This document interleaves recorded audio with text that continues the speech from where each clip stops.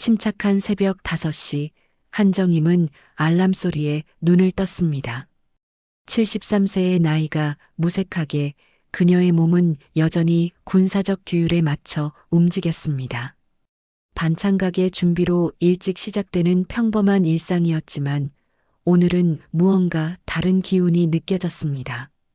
창밖으로 보이는 서울 외곽 동네가 아직 어둠에 잠겨 있는 모습이 마치 옛 작전지 같았습니다. 누구는 인생을 정리할 나이라고 하고 누구는 늙으면 순해져야 한다고 하죠. 근데 말이죠. 늙어도 꺾이면 안 되는 게 있더군요. 한정임은 조용히 손녀 방 문을 두드렸습니다. 서윤아, 일어날 시간이야. 하지만 안에서는 아무런 대답이 없었어요. 조심스레 문을 여니 13살 이서윤은 이불 속에 완전히 파묻혀 있었습니다. 구석에 던져진 책가방과 반으로 찢어진 교과서가 눈에 들어왔어요. 한정임의 심장이 무겁게 가라앉았습니다. 왜 그래, 서윤아? 무슨 일 있니?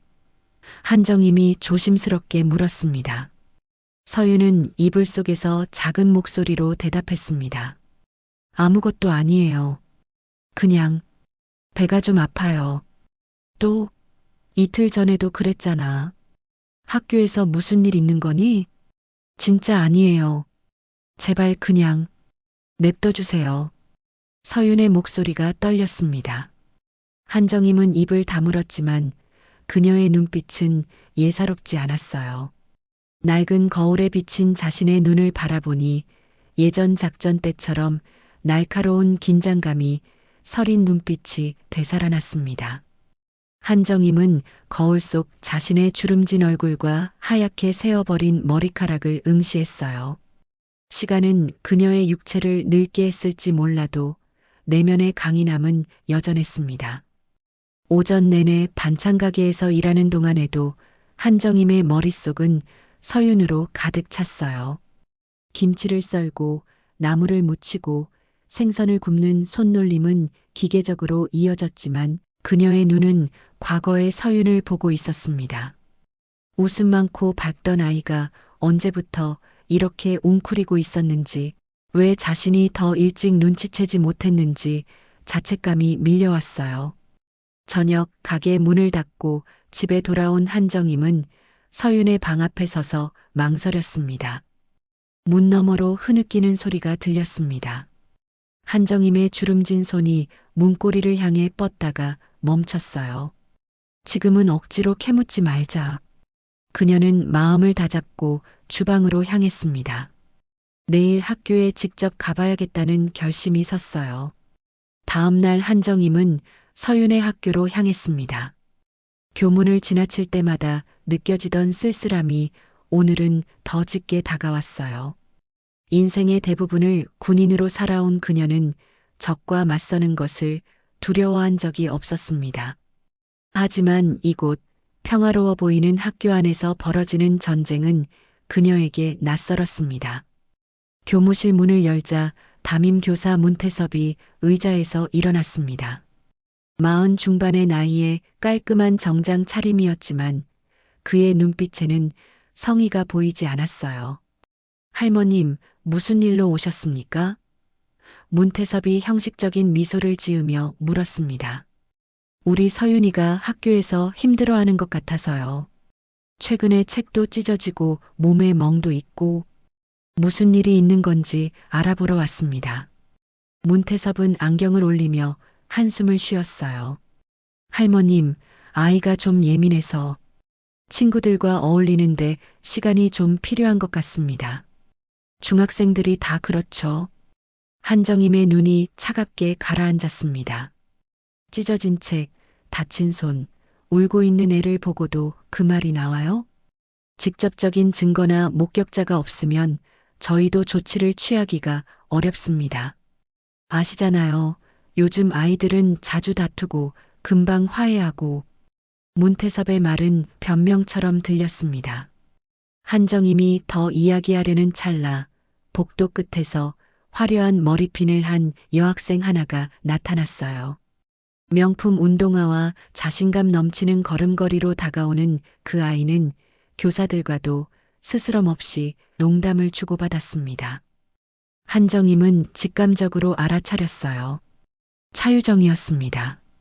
성적과 외모, 집안 배경까지 모든 것을 갖춘 학교의 실질적 권력자였죠.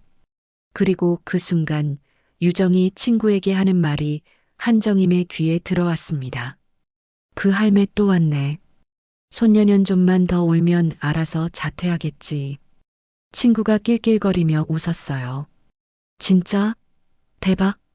유정은 자신에게 쏠린 시선을 즐기듯 말했습니다. 오늘도 쫄게 만들어줘야지. 한정임의 손이 파르르 떨렸습니다. 오랜 세월 단련된 자제력이 아니었다면 그 자리에서 달려가 아이의 멱살을 잡았을지도 모릅니다. 하지만 그녀는 감정을 드러내지 않았어요. 지금은 때가 아니라는 것을 알았습니다.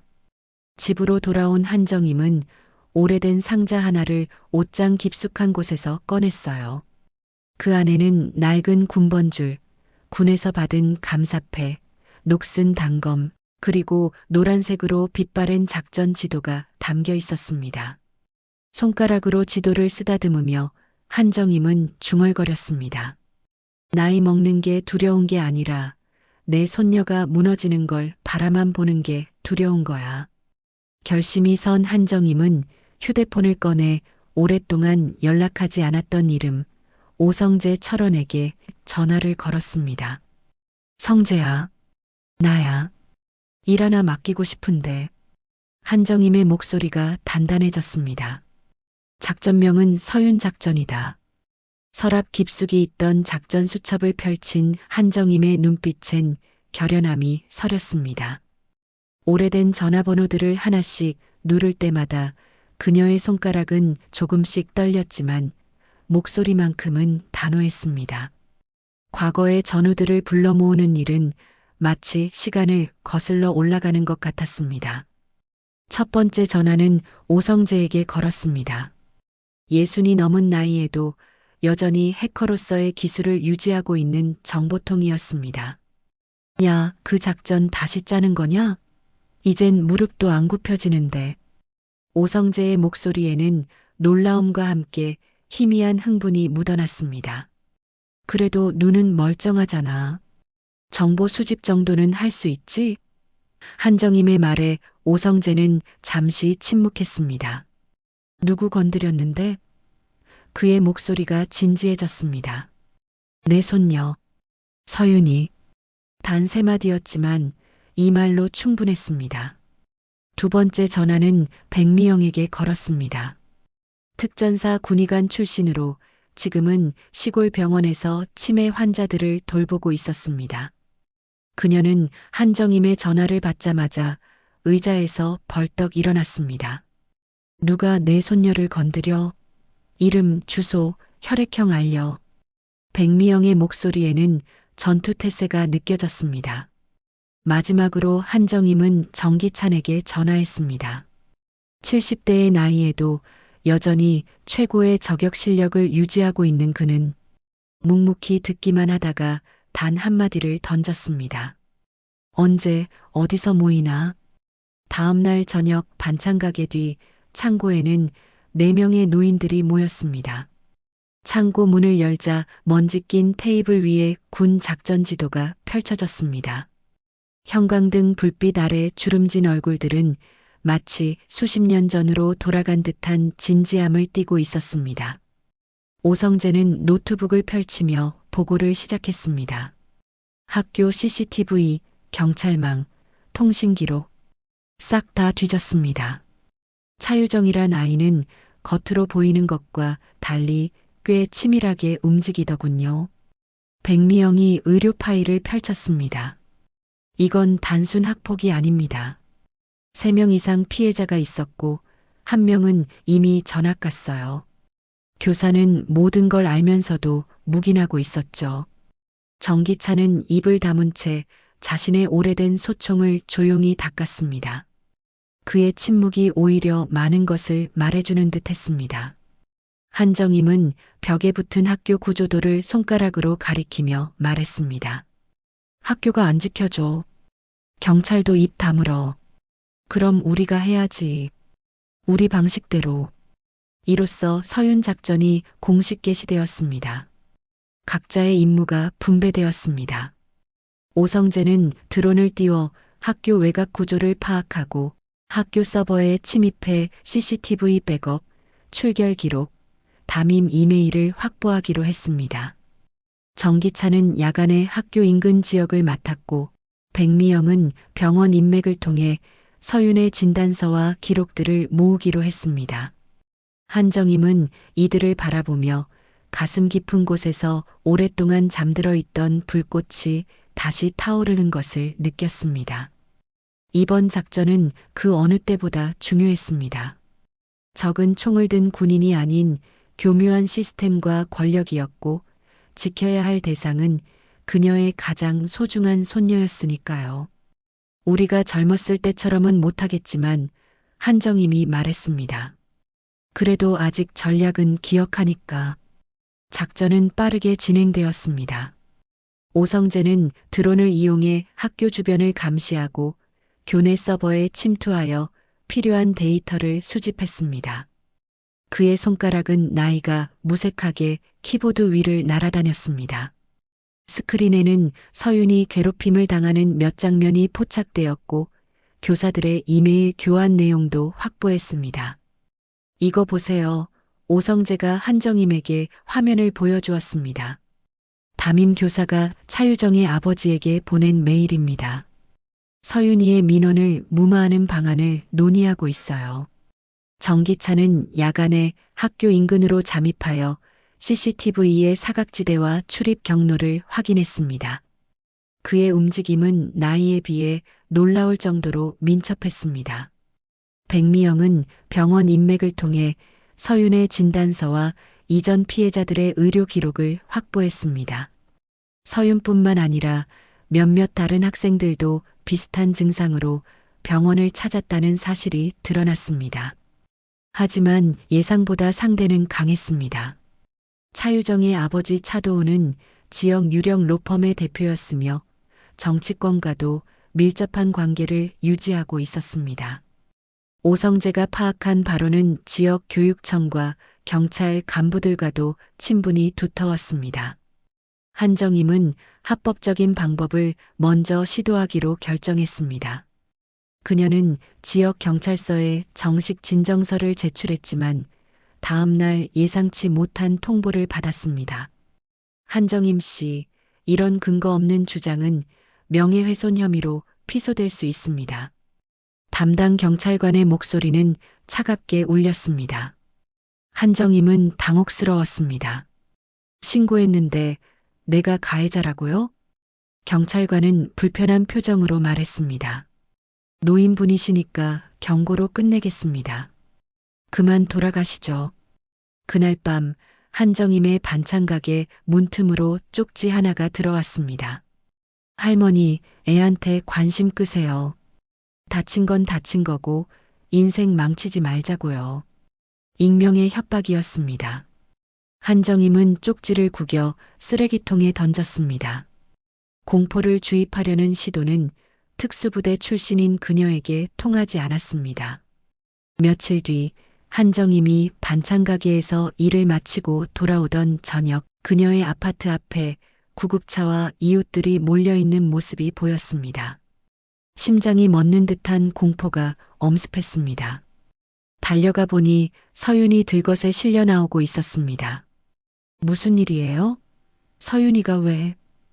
한정임의 목소리가 떨렸습니다. 응급구조대원이 설명했습니다. 과다복용 의심입니다.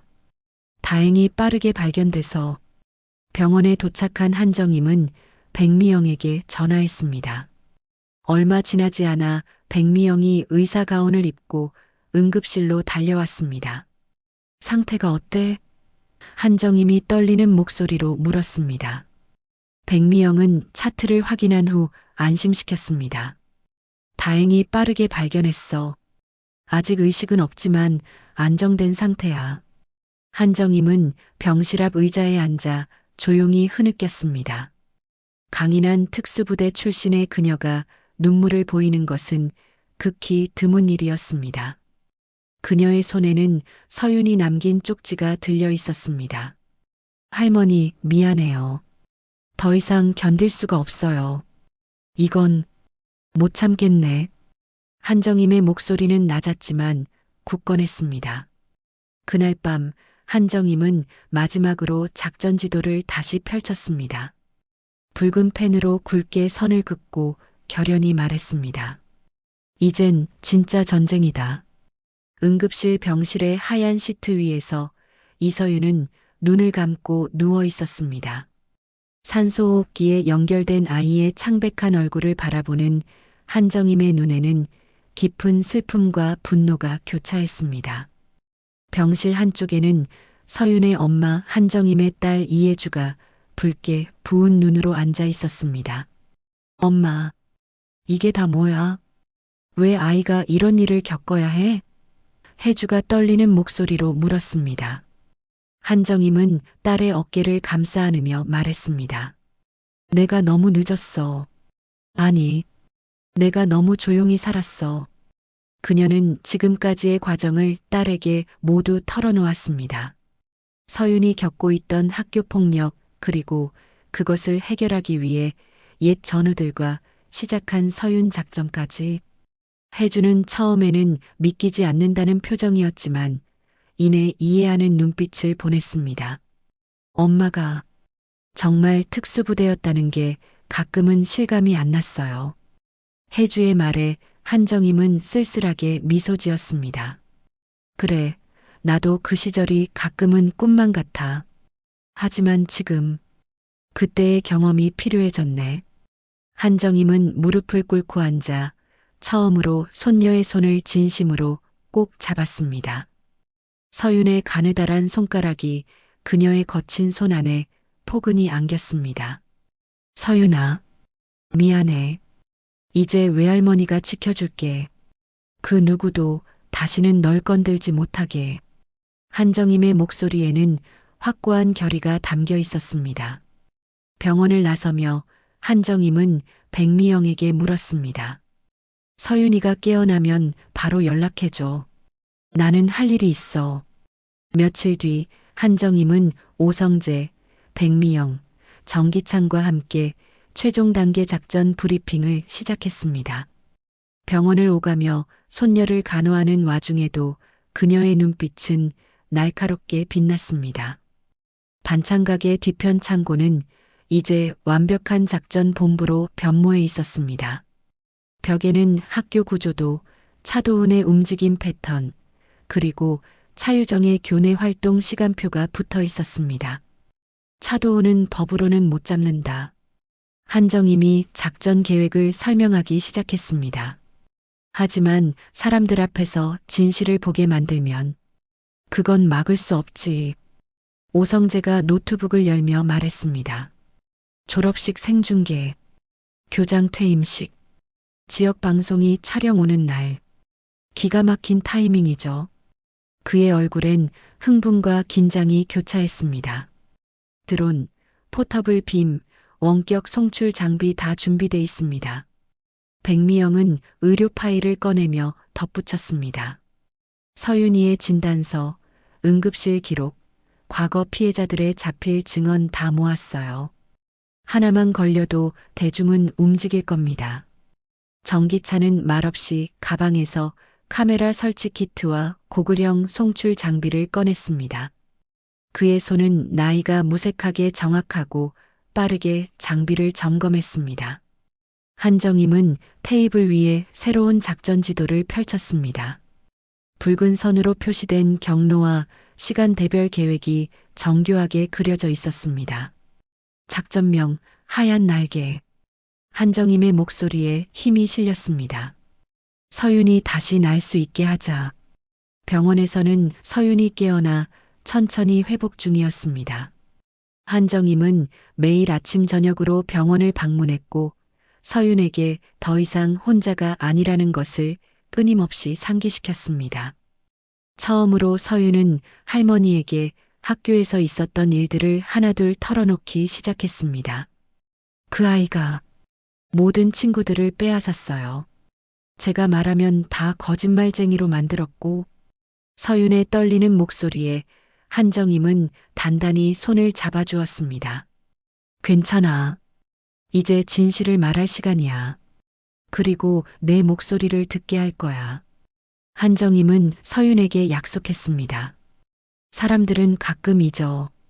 정의가 늦을 수는 있어도 반드시 온다는 걸. 우리가 그걸 보여줄 거야. 졸업식 당일 학교 운동장은 화려한 장식으로 가득했습니다. 풍선과 현수막이 바람에 나부꼈고 학부모들은 삼삼오오 모여 사진을 찍고 있었습니다. 특별히 마련된 VIP석에는 차도훈이 당당하게 앉아 지역 유력 인사들과 악수를 나누며 웃고 있었습니다. 그의 딸 차유정은 화사한 원피스를 입고 친구들과 함께 졸업장을 기다리고 있었습니다. 카메라가 그녀를 향할 때마다 유정은 완벽한 미소를 지어 보였습니다. 한편 교실 뒤편 방음 창고에 숨어 있는 한정임과 그녀의 팀은 각자의 장비를 마지막으로 점검하고 있었습니다. 오성재는 노트북을 통해 모든 시스템을 확인했고 백미영은 증거 자료들을 최종 정리했습니다. 정기차는 창문 틈으로 운동장의 상황을 살피며 무전기를 조정했습니다. 신호 확보. 카메라 송출 준비 완료. 오성재가 조용히 보고했습니다. 백미영이 태블릿을 점검하며 말했습니다. USB와 QR 링크 전송 준비 완료. 창밖을 살피던 정기찬이 고개를 끄덕였습니다. 하늘 이상 없음. 드론 이륙한다. 한정임은 지도를 한 번 더 확인한 후 무전기를 들어 단호하게 명령을 내렸습니다. 하얀 날개 출동한다. 그 순간 하늘 위로 작은 드론이 날아오르며 운동장 중앙에 있는 전광판과 대형 스크린을 향해 신호를 보냈습니다. 차도훈이 단상에 올라 축사를 시작하려는 바로 그 순간 스크린에 예상치 못한 영상이 재생되기 시작했습니다. 첫 번째 화면에는 서윤의 멍 자국과 찢긴 교과서가 나타났습니다. 이어서 차유정이 교내에서 다른 학생들을 괴롭히는 비밀 촬영 영상이, 그리고 담임 교사 문태섭이 피해자들을 협박하는 녹음이 공개되었습니다. 마지막으로 차도훈이 학교장과 나눈 통화 녹취가 모든 이들의 귀에 울려 퍼졌습니다. 걔 그냥 조용히 전학 보내. 우리 애 기죽게 하지 말라고. 차도훈의 목소리가 운동장 전체에 울려 퍼졌습니다. 관중석은 순간 얼어붙었습니다. 이내 수군거림과 충격의 목소리가 들려왔고 점차 고성으로 변해갔습니다. 학부모들은 휴대폰을 꺼내 영상을 촬영하기 시작했고 몇몇 학생들은 차유정으로부터 멀어졌습니다. 교장은 당황한 기색으로 식을 중단시켰고 사회자는 마이크를 꺼버렸습니다. 하지만 이미 모든 영상은 오성재가 준비한 실시간 스트리밍을 통해 인터넷에 퍼지고 있었습니다. 이거 꺼버려. 차도훈이 분노에 찬 목소리로 소리쳤지만 이미 늦었습니다. 경찰이 뒤늦게 행사장에 도착했을 때 한정임과 그녀의 팀은 이미 조용히 현장을 빠져나가고 있었습니다. 작전은 완벽하게 성공했습니다. 졸업식장의 혼란 속에서 누구도 그들을 눈여겨보지 않았습니다. 학교 앞 주차장에서 만난 네 사람은 묵묵히 서로를 바라보았습니다. 삶의 시간이 각자의 얼굴에 주름을 새겼지만 그들의 눈빛만큼은 마치 젊은 날의 전투에서 돌아온 것처럼 생생하게 빛났습니다. 늙은이들이 뭘 하겠냐고 오성재가 자랑스럽게 말했습니다. 젊은 애들보다 훨씬 정밀하게 하지. 백미영이 안경을 고쳤으며 웃었습니다. 이렇게 짜릿한 적은 오랜만이네요. 정기차는 여전히 말이 없었지만 그의 입가에 희미한 미소가 번졌습니다. 한정임은 고개를 끄덕이며 말했습니다. 우리는 늘 이런 일을 해왔어. 약자를 지키는 일. 이번엔 더 특별한 임무였을 뿐이지. 사람들의 분노와 충격이 담긴 목소리가 뒤에서 들렸습니다. 네 사람은 마치 임무를 완수한 부대처럼 각자의 차량으로 흩어졌습니다. 그들의 발걸음은 가볍고 단단했습니다. 오랜만에 느껴보는 정의를 이뤄냈다는 만족감이었습니다. 졸업식 폭로 영상은 순식간에 전국적인 화제가 되었습니다. 주요 뉴스 채널에서는 노인 군사작전급 폭로, 학폭 은폐한 상류층 가문이라는 제목으로 대서특필했습니다. 소셜미디어에서는 해시태그 정의의 할머니라는 해시태그가 트렌드에 올랐고 많은 이들이 한정임의 용기에 박수를 보냈습니다. 하지만 승리의 순간도 잠시 그날 밤 한정임의 반찬 가게에 위기가 찾아왔습니다. 가게를 닫고 청소를 마친 한정임이 창고에 있을 때였습니다. 보안 카메라에 모자를 깊게 눌러 쓴 남성 2명이 기름통을 들고 건물 뒤편으로 접근하는 모습이 포착되었습니다. 다행히 그날 밤 창고에 남아있던 전기찬이 이를 발견했습니다. 그는 침착하게 상황을 파악한 후 그림자처럼 움직여 첫 번째 침입자의 뒤를 따랐습니다. 나이가 무색할 정도로 정확하고 신속한 동작으로 첫 번째 남성을 제압했지만 두 번째 침입자와의 몸싸움 과정에서 전기차는 손에 심한 화상을 입었습니다. 괜찮소? 이 정도는. 전기차는 평소와 다름없이 과묵하게 말했지만 그의 손은 붉게 부어오르고 있었습니다. 경찰이 도착했을 때 침입자들은 이미 도주한 상태였습니다. 남겨진 증거로 보아 명백한 방화 시도였지만 담당 경찰관은 여전히 미온적인 태도를 보였습니다. 증거가 충분하지 않네요. CCTV 화질도 불량하고. 경찰의 말에 한정임은 쓴웃음을 지었습니다. 그날 밤 한정임은 창고를 정리하며 깊은 생각에 잠겼습니다. 그녀는 이 모든 일이 쉽게 끝나지 않을 것임을 알았습니다. 차도훈 같은 사람은 쉽게 물러서지 않을 테니까요. 하지만 그녀 역시 물러설 생각이 없었습니다. 아직 끝나지 않았어. 한정임이 작전 지도를 살피며 중얼거렸습니다. 다음 날 아침 한정임은 몸에 이상을 느꼈습니다. 가슴이 답답하고 숨쉬기가 힘들었습니다. 화재 진압 과정에서 들이마신 연기 때문이었습니다. 그녀는 괜찮다고 고집했지만 백미영의 강력한 권유로 결국 병원에 실려갔습니다. 심한 연기 흡입과 과로. 당분간 안정이 필요해요. 백미영이 진단 결과를 설명했습니다. 한정임은 중환자실에 누워 천장을 바라보았습니다. 지금까지의 삶에서 자신을 위해 쉬어본 적이 거의 없었습니다. 항상 임무와 의무, 책임이 우선이었고 그녀의 몸은 그 무게를 묵묵히 감당해 왔습니다. 하지만 이제는 잠시 멈추어야 할 때인지도 모른다는 생각이 들었습니다. 며칠 동안 한정임은 의식이 흐릿한 상태로 병실에 누워 있었습니다. 그 사이 서윤은 이전과는 다른 모습을 보이기 시작했습니다. 할머니의 병상을 지키며 그녀는 조용히 결심했습니다. 서윤은 병실 외부에서 기다리던 지역 방송사의 인터뷰 요청에 용기를 내어 응했습니다. 처음에는 떨리는 목소리였지만 점차 단단해졌습니다. 너무 무서웠고 너무 아팠어요. 서윤의 목소리가 떨렸습니다. 하지만 제 손을 잡아준 사람이 있었어요. 모두가 침묵할 때 저를 지켜준 사람이요. 서윤의 인터뷰는 소셜미디어에서 급속도로 퍼져나갔습니다. 많은 학생들이 자신들의 이야기를 댓글로 남겼고 우리에게도 정의는 있다라는 메시지가 공감을 얻었습니다. 병원 복도에서 자신의 인터뷰가 방송되는 것을 본 서윤은 잠자는 할머니의 손을 꼭 잡았습니다. 할머니, 저 이제 도망치지 않을게요. 저도 싸울 수 있어요. 할머니처럼요. 그녀의 작은 목소리는 미약했지만 그 안에 담긴 결의는 한정임을 닮아 있었습니다.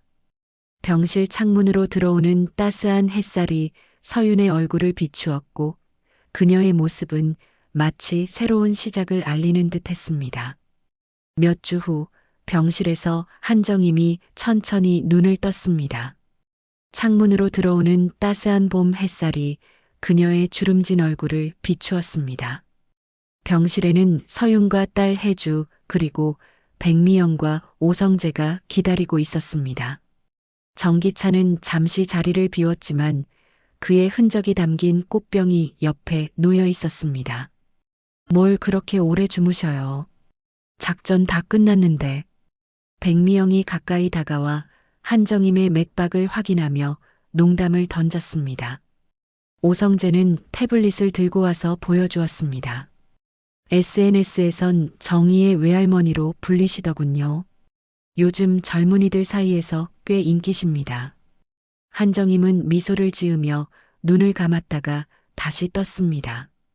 그녀의 시선이 가장 먼저 찾은 것은 서윤이었습니다. 서윤이는? 서윤이 앞으로 나서며 할머니의 손을 잡았습니다. 할머니 보고 싶었어요. 이제 나도 용기 낼게요. 한정임은 손녀의 얼굴을 바라보았습니다. 과거의 두려움으로 가득 찼던 눈동자가 이제는 희망의 빛을 담고 있었습니다. 그녀는 서윤의 손을 꼭 쥐었습니다. 무슨 일이 있었던 거지? 한정임이 물었습니다. 혜주가 설명해 주었습니다. 엄마, 엄청난 일들이 많았어요. 차도은 씨가 경찰 조사를 받고 있고 학교는 특별 감사에 들어갔대요. 문태섭 선생님은 자진 사직했고요. 오성재가 덧붙였습니다. 우리가 공개한 증거들이 너무 명백해서 묻히지 않았죠. 사람들의 관심이 계속되니까 경찰도 제대로 수사하는 중입니다. 그리고 서윤이가 백미영이 자랑스러운 눈빛으로 서윤을 바라보았습니다. 인터뷰도 하고 다른 피해자들을 위한 용기를 보여줬어요. 한정임은 놀란 눈으로 서윤을 바라보았습니다. 작은 새싹이 튼튼한 나무로 자라는 모습 같았습니다. 몇 달 후 서윤은 새 학교로 전학을 갔습니다. 첫날 그녀는 긴장된 마음으로 교실에 들어섰지만 예상과 달리 반 친구들이 먼저 다가왔습니다. 너 그 인터뷰한 서윤이지? 정말 용기 있었어. 한 아이가 말했습니다. 나도 비슷한 경험 있었어. 내가 그렇게 말해줘서 정말 고마웠어. 다른 아이가 작은 목소리로 털어놓았습니다. 서윤은 처음으로 활짝 웃으며 인사했습니다. 그녀의 눈동자에는 더 이상 두려움이 서려 있지 않았습니다. 한정임의 반찬 가게는 사람들의 도움으로 새롭게 단장되었습니다. 화재로 손상된 부분이 수리되었고 오히려 이전보다 더 밝고 환해졌습니다. 오성재는 최신 보안 시스템을 설치했고 전기차는 뒷마당에 작은 텃밭을 만들었습니다. 백미영은 매주 한 번씩 찾아와 한정임의 건강을 체크했습니다. 그날 집 앞 골목에서 한정임은 운동화를 꾹 눌러 신으며 중얼거렸습니다. 내가 늙었다고? 너인 내가 아직 안 무서운가 보네. 그때 동네 아이들이 뛰어오며 소리쳤습니다. 정임 할머니 도와주세요. 아이들은 장난스럽게 그녀의 주변을 맴돌았습니다.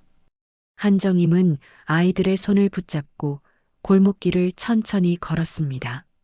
그녀의 발걸음은 예전보다 느렸지만 그 눈빛만큼은 여전히 흔들림이 없었습니다.